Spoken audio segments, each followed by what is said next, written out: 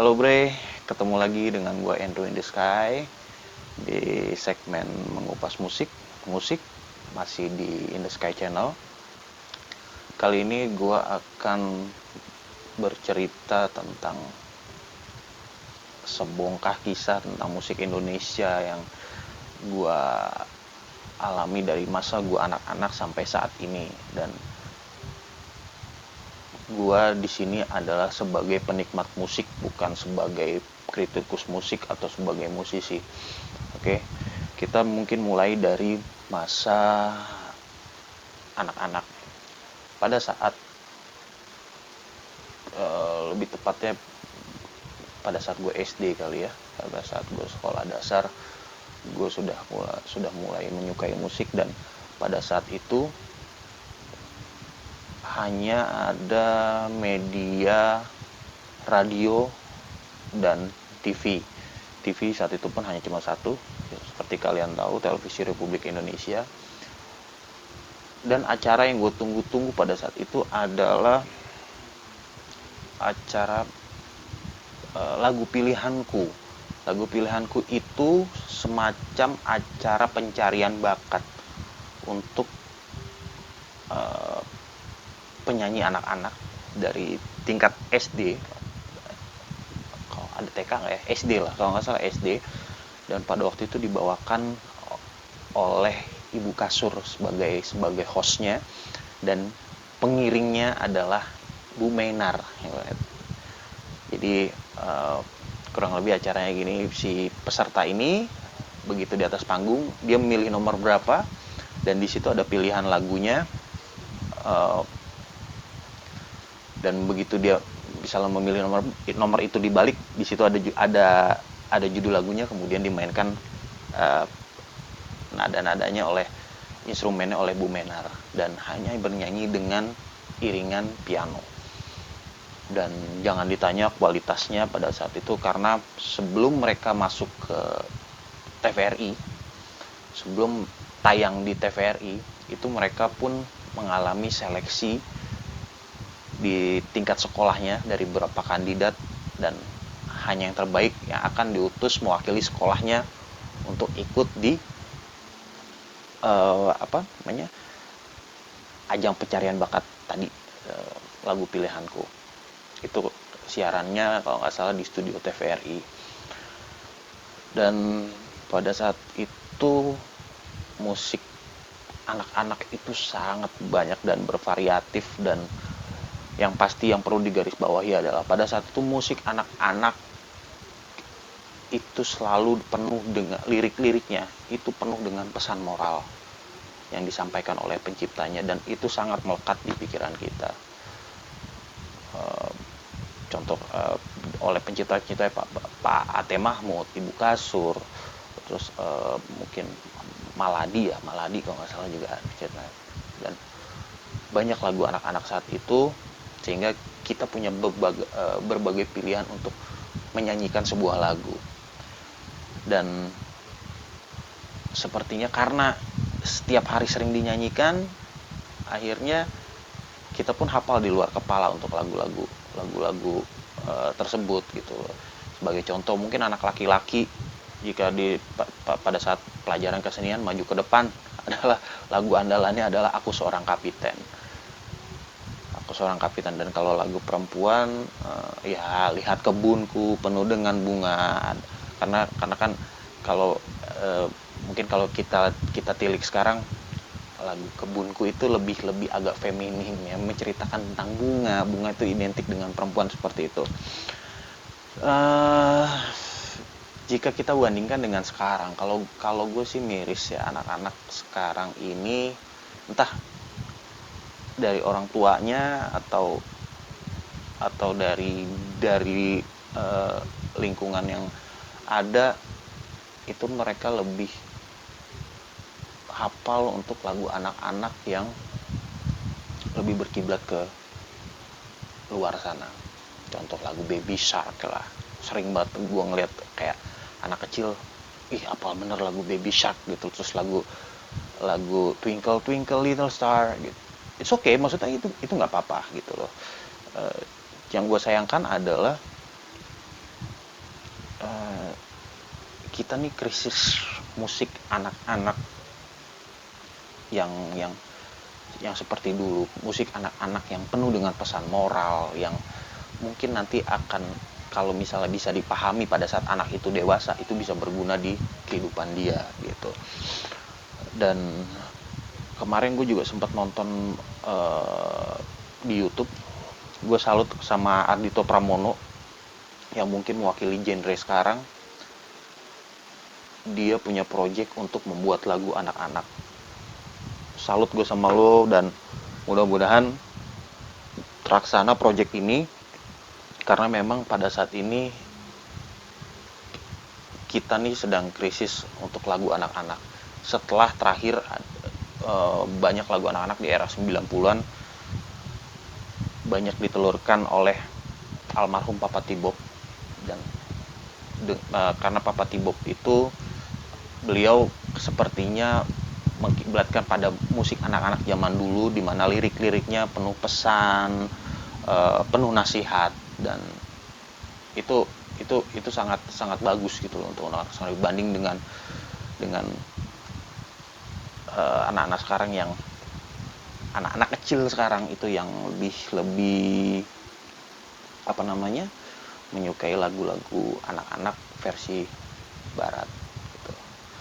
Oke. Terus menginjak ke masa ABG kali ya, bukan remaja, ABG, let's say SMP, awal SMP, muncullah musisi-musisi Indonesia yang baru, yang mungkin sekarang bisa dibilang menjadi legend, menjadi barometer para musisi sekarang. Pada saat itu tahun 86 muncullah Club Project itu masih dengan lagu pertama mereka itu adalah Tentang Kita, itu masih dengan Siska kalau nggak salah.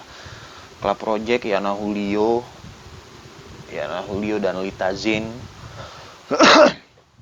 Hedi Yunus juga muncul solo waktu itu dengan Irma Jun, dengan lagu pop dengan lirik yang kuat. Chrisye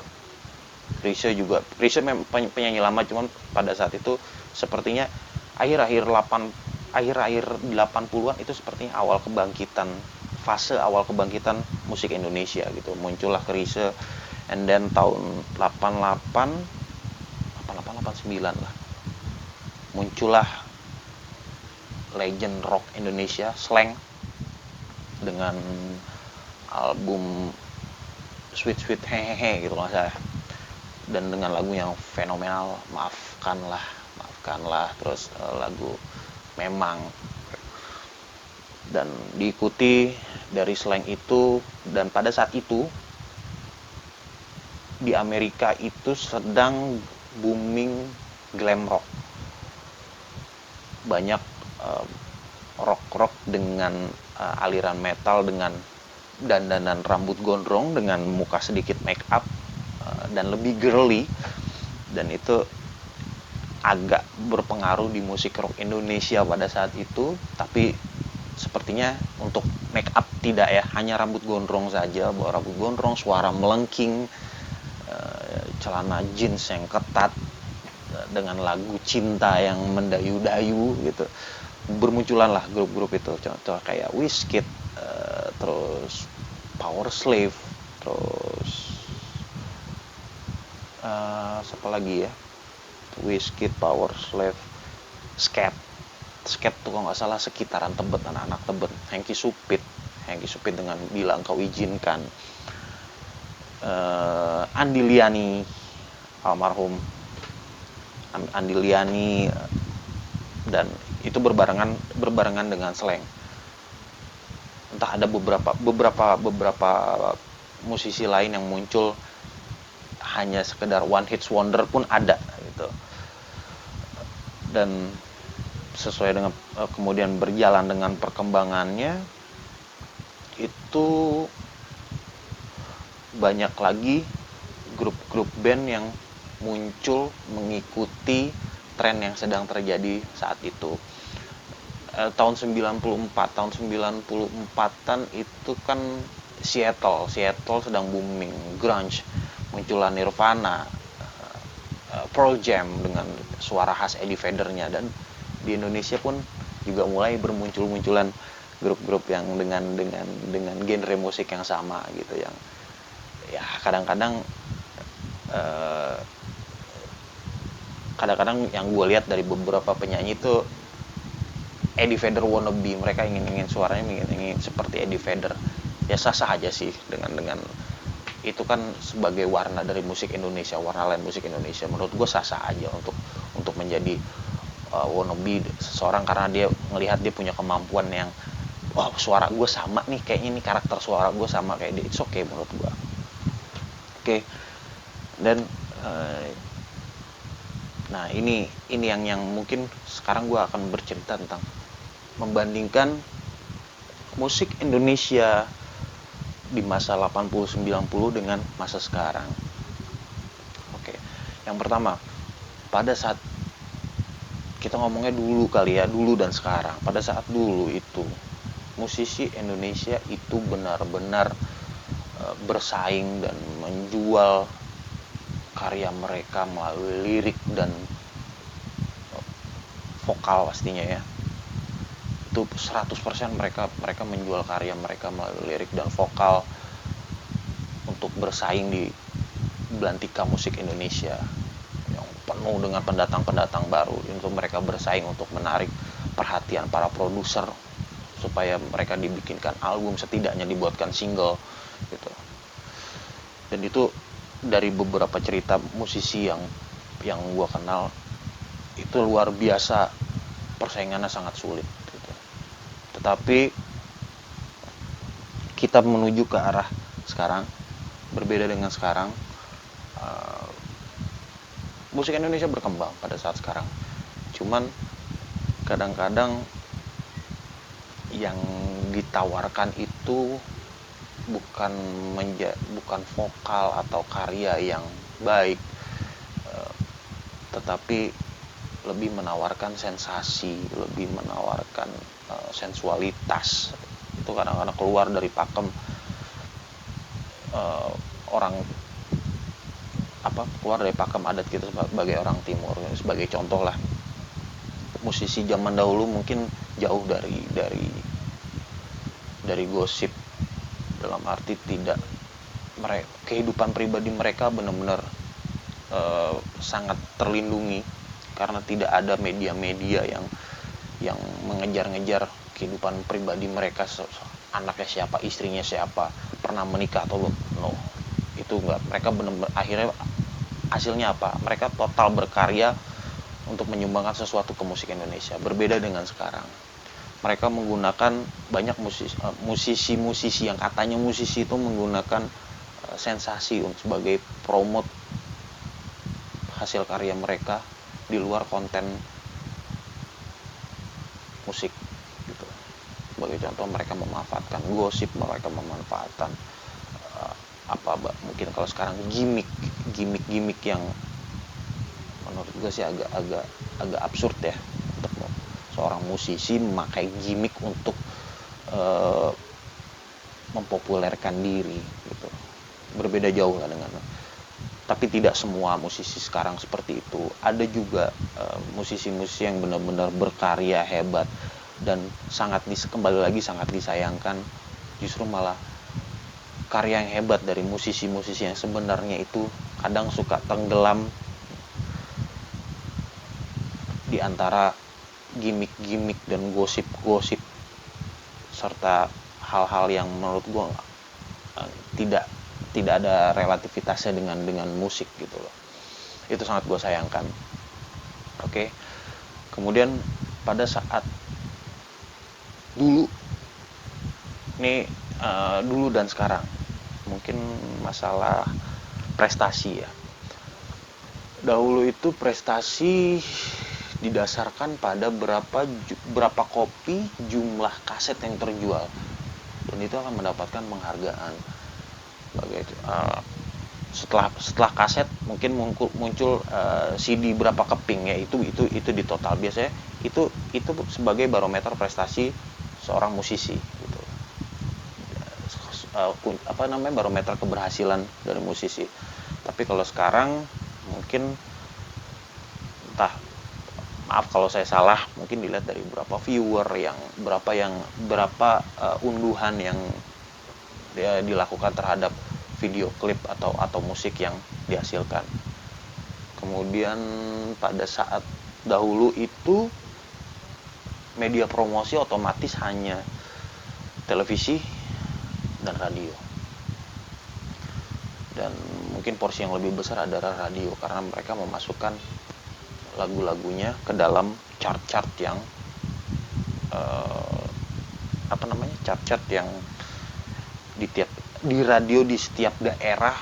Bayangin itu begitu luar biasanya seorang manajer pada saat itu untuk mempopulerkan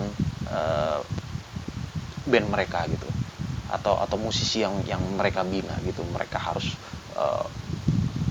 show ke beberapa radio yang, bayangkan di Jakarta aja ada beberapa puluh radio, di daerah lain, di Sulawesi, di Kalimantan, itu mereka harus berkeliling untuk menjual karya binaan mereka.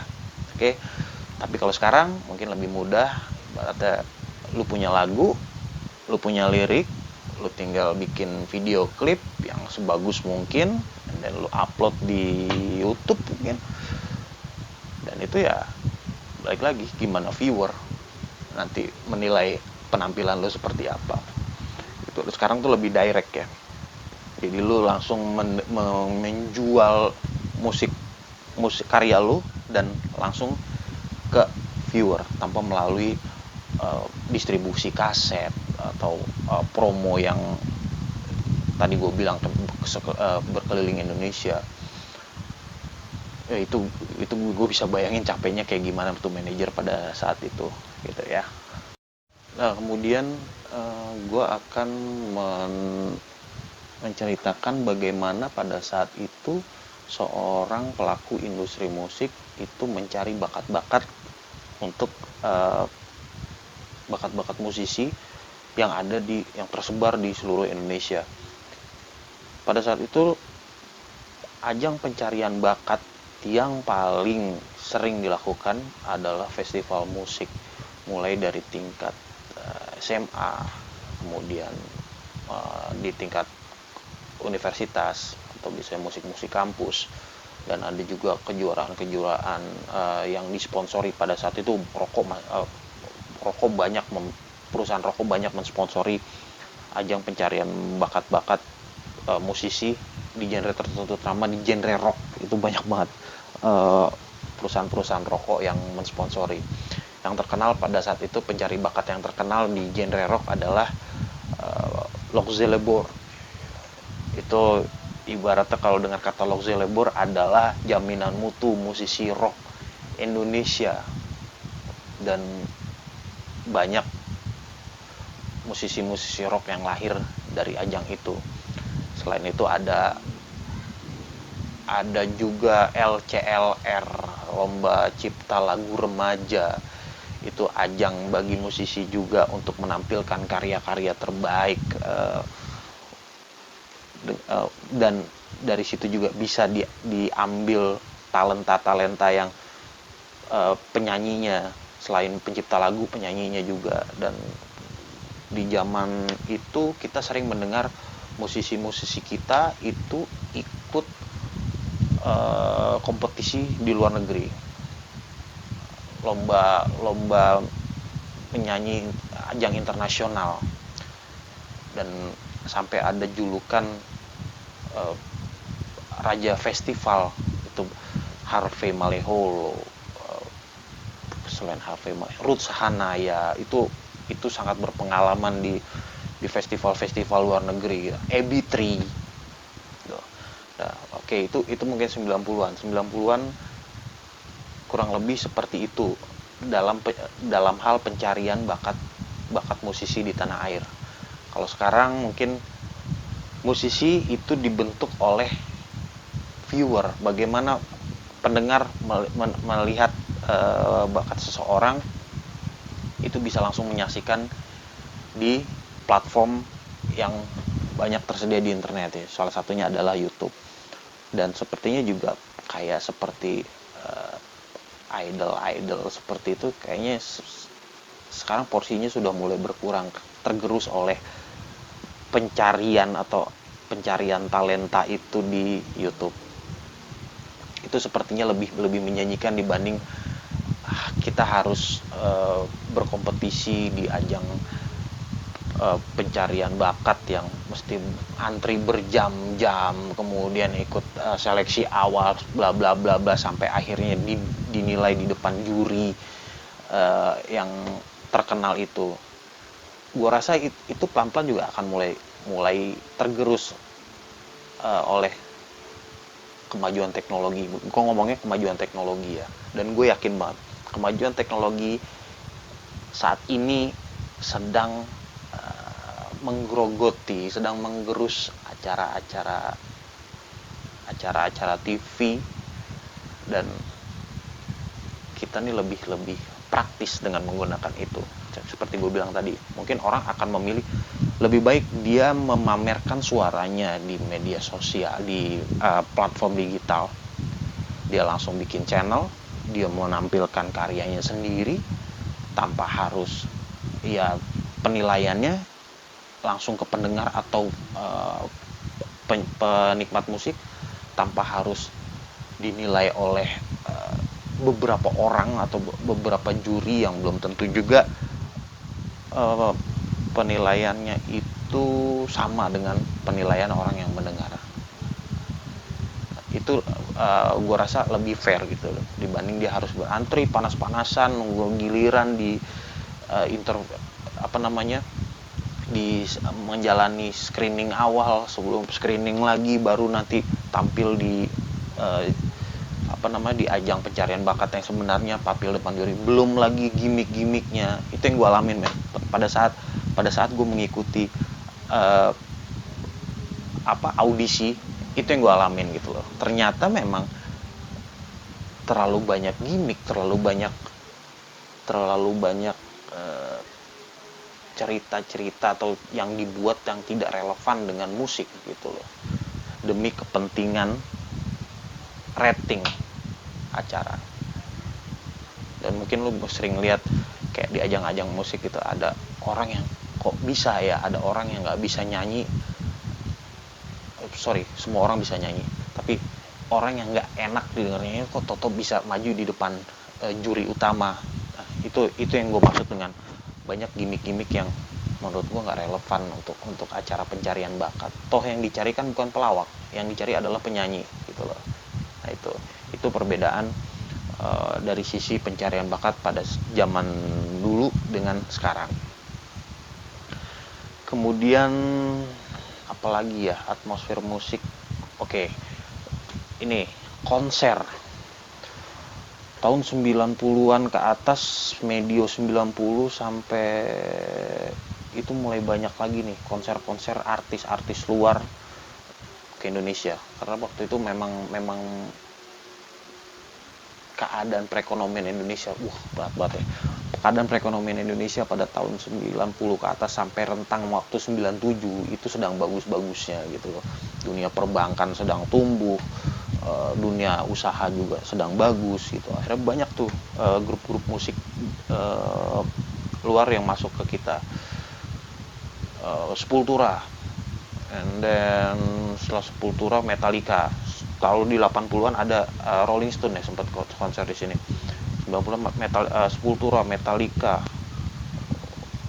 terus Air Supply itu kayaknya Indonesia tuh udah kayak apa ya, setiap tur mereka tuh Indonesia pasti masuk ke di dalam jadwal turnya gitu loh, karena sepertinya pasaran Indonesia itu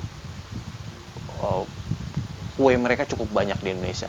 Kayak Air Supply, Michael Learns to Rock itu pasti memasukkan Indonesia. Pada zaman tahun 90-an itu yang mendulang rezeki di Indonesia, musisi luar tuh Michael yang sering kesini ya, berulang-ulang kesini. Michael Learns to Rock,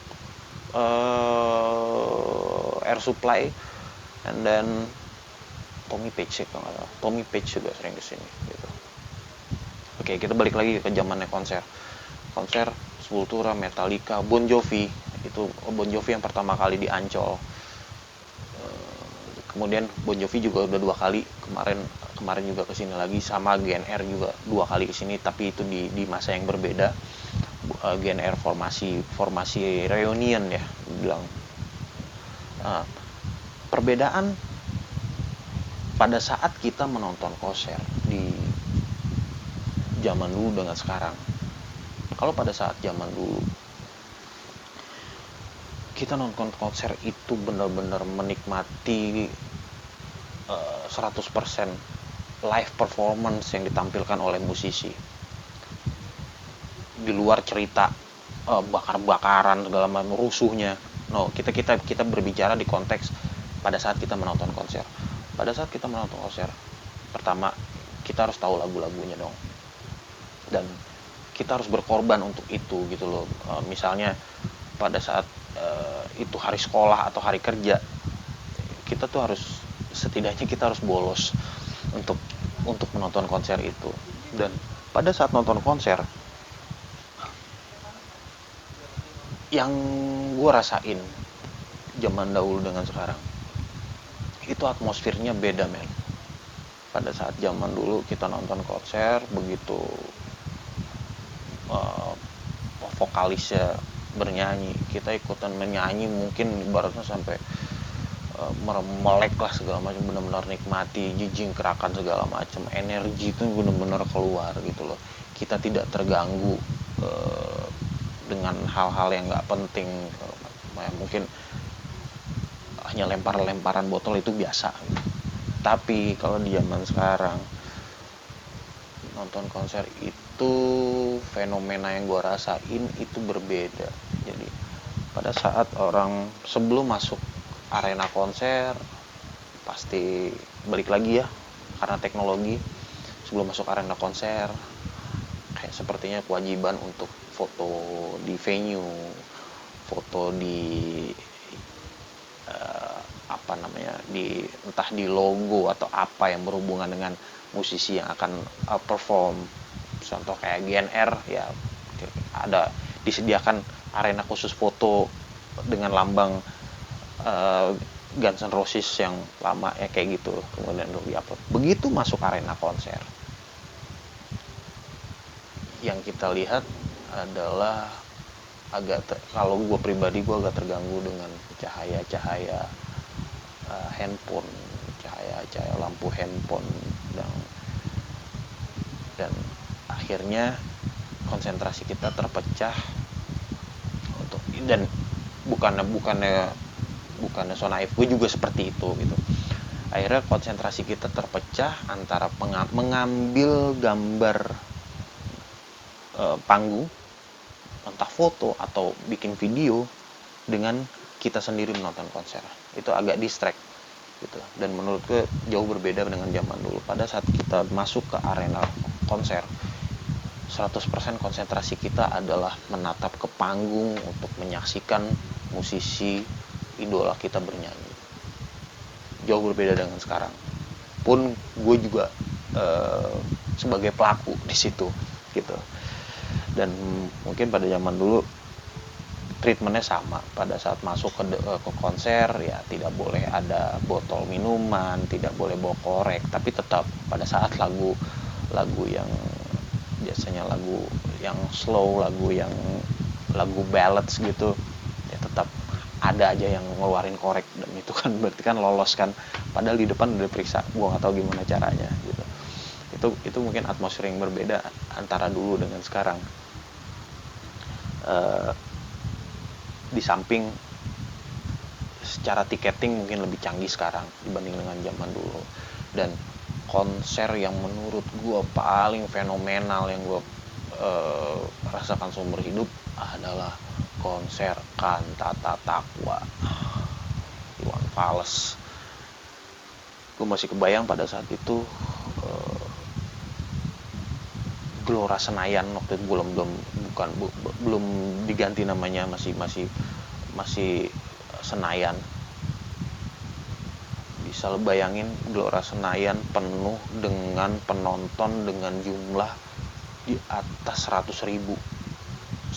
Kabar yang gue baca antara 100 atau 120.000. Lu bisa bayangin kapasitas Senayan itu berapa. Kalau sekarang ya hanya 80.000, itu dipenuhi oleh 100.000 penonton. Dari gue ngomongnya mungkin dari penjuru tanah air kali ya, dari penjuru tanah air itu untuk menonton Iwan Fals dengan grupnya Kantata Takwa yang pada saat itu ada Setiawan Jodi, ada Sawung Jabo, ada Joki Suryo Prayogo, dan ada W.S. Rendra, kalau nggak salah ya pada saat itu. Dan pada saat itu benar-benar itu konser terbesar dengan penampilan spektakuler,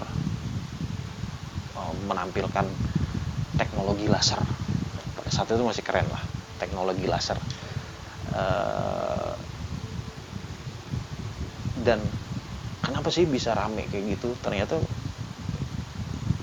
pertama, lu beli kaset Kantata Takwa, di situ sudah ada tiketnya, bonusnya tiket. Gimana itu konser tidak penuh coba? 100.000 orang lebih, dan gue benar-benar ngerasain gimana perjuangannya masuk ke dalam arena Senayan dan ngelihat sebenarnya kalau tidak hanya melihat di big screen dan melihat Iwan Fals itu aduh segede semut kali gue ngelihatnya gitu, benar-benar. Tapi itu buat gue adalah pengalaman yang pengalaman yang sangat amazing buat gue, benar-benar. Dan itu nggak akan gue lupakan seumur hidup gue, bahwa itulah konser terbesar yang pernah gue tonton. Mungkin bagi sebagian orang juga itu, dibanding musisi lokal, penonton memecahkan rekor. Entah, kayaknya sepertinya sampai saat ini rekor itu belum pecah. Rekor penonton konser Kantata Takwa tahun 1990 sampai sekarang tuh sepertinya belum pecah. Tapi mudah-mudahan nggak salah ya, maksudnya setelah itu ya, setelah Iwan Fals itu gue nonton konser-konser yang lain, belum pernah gue nemuin hal seperti itu lagi gitu loh. Dan jadi bener-bener kalau dibilang Iwan Fals adalah seorang legend, yaitu dalam arti sebenarnya dia adalah seorang legend. Gimana ratusan ribu sampai 100.000 orang lebih datang ke Senayan itu hanya ingin menyaksikan Iwan Fals gitu. Itu yang gue rasain, atmosfer. Balik lagi ke atmosfernya, itu yang gue rasain, perbedaan atmosfer kita pada saat menonton konser pada zaman dulu dengan sekarang. Dan